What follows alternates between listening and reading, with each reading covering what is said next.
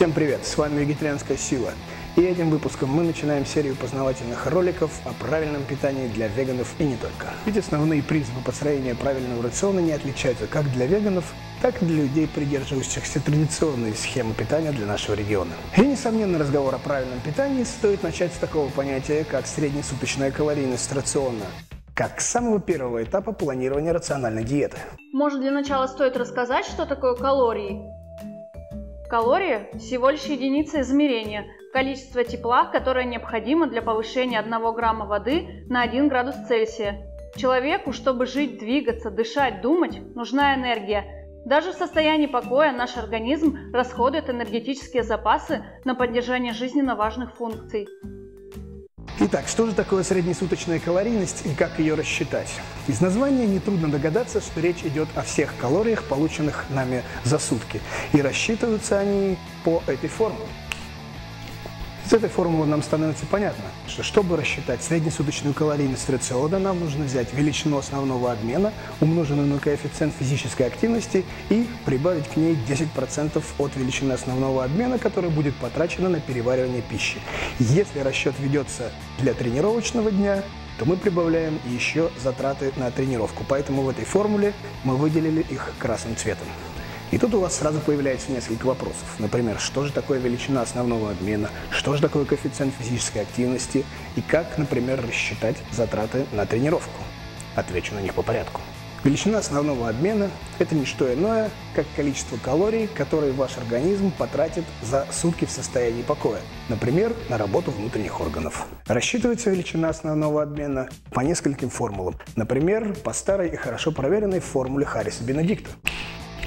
Как мы видим, она полна сложных формул, коэффициентов, непонятных совершенно никому, поэтому лучше взять и просто найти ее в интернете. Например, здесь. Коэффициент физической активности был разработан в тайных лабораториях советскими учеными, чтобы понять, как более эффективно эксплуатировать свой народ. Шутка. Очень смешно. Коэффициент физической активности – это отношение среднесуточных затрат энергии человека к затратам энергии в состоянии покоя, так называемой величине основного обмена. Он применяется для оценки достаточности движения при том или ином образе жизни. Итак, выберите из этих коэффициентов свой, подставьте формулу, пользуйтесь на здоровье.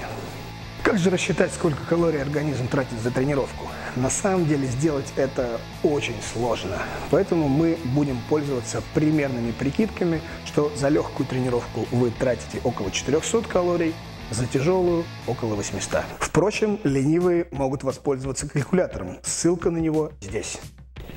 Так, я как раз ленивый, воспользуюсь калькулятором.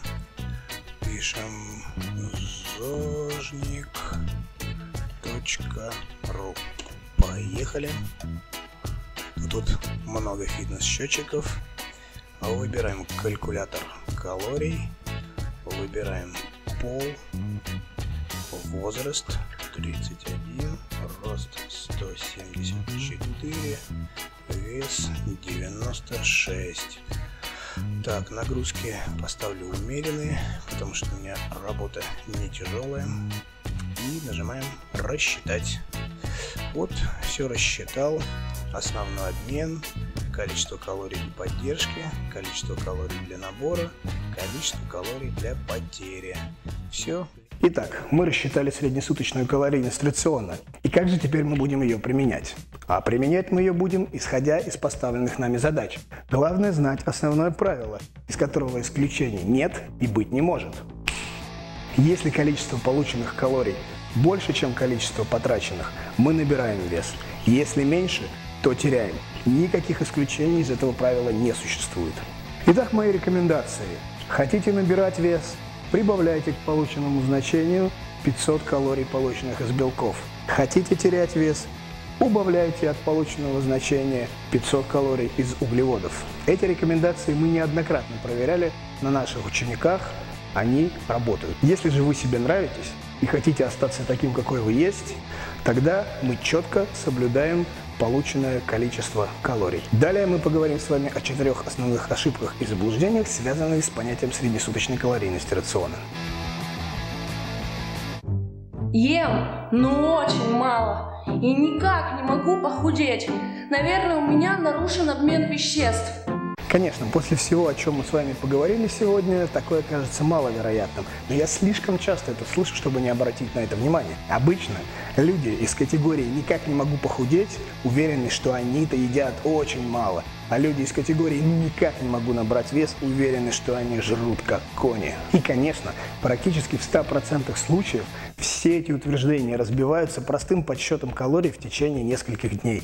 Запомните, не существует такого понятия, как много или мало. Существует только рассчитанная нами среднесуточная калорийность рациона. И основное правило. Буду есть одни яблоки и пить много воды. Но через неделю точно похудею.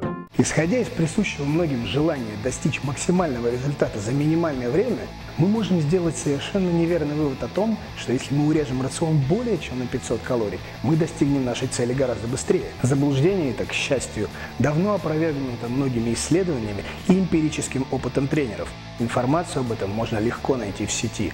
Забудем о нем. Слишком сильное урезание рациона, равно как чрезмерно интенсивные нагрузки, приведут вас не к быстрому похудению, а к серьезным проблемам со здоровьем. Запомните, оптимальная скорость потери лишнего веса около 300 грамм в неделю. То же самое справедливо сказать и для набора веса. Слишком сильное увеличение калорийности рациона приведет нас к тому, что мы будем набирать совершенно не тот вес, который бы нам хотелось, ведь мы не хотим растить жировую прослойку. И не стоит себя тешить иллюзиями, мол, все лишнее я сожгу на тренировке. Не сожжете. Запомните, оптимальная скорость набора качественной массы около 300 грамм в неделю.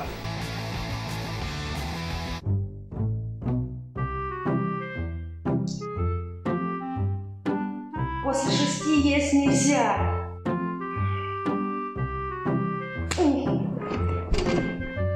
Распространенное заблуждение о важности времени приема пищи на данный момент наукой опровергнуто. Также и опровергнут миф о полезности дробного питания. Неважно в какое время и за сколько приемов пищи вы получите все необходимые вам калории, если соблюдается баланс. Можете съесть все за 3 раза, можете за 8. Разницы нет никакой. Привязывать же схему приема пищи к определенному времени суток вообще не имеет никакого смысла, потому что режим у всех разный. К сожалению, это не есть после 6 очень прочно засело в головах наших людей. Но надеюсь, что мы с нашим любимым правилом не оставим от него никакого следа.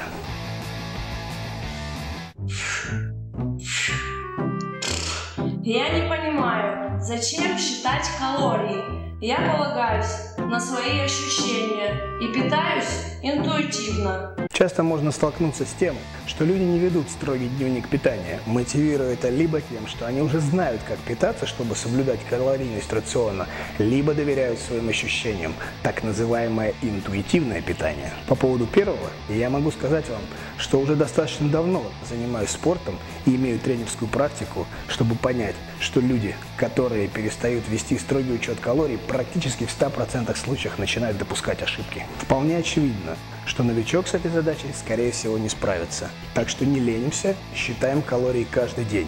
Я, кстати, советую использовать для этого мобильные приложения. По поводу второго, стоит отметить, что ощущения могут подводить и, скорее всего, подводят. Иначе не было бы ни худых, ни толстых людей, ведь большинство из них питается так, именно полагаясь на свои ощущения. Нет, конечно, может быть, вам и повезет, но сильно рассчитывать на это я бы не рекомендовал. А тем, кто очень сильно полагается на свои ощущения, я могу сказать одно. Приходите к нам в зал, и через пару месяцев вы удивитесь, насколько другие сигналы посылает вам ваш организм. Запомните, мы полагаемся не на ощущения, а на строгий учет и контроль. Ну вот, в принципе, и все, что вкратце можно сказать о среднесуточной калорийности рациона. В следующем ролике мы расскажем вам о белках. Если вам понравилось наше видео и вы хотите увидеть новые выпуски, подписывайтесь на канал, распространяйте его среди всех, кто заинтересован в правильном растительном питании. Задавайте свои вопросы в комментариях, на них мы обязательно ответим в отдельном выпуске. До новых встреч!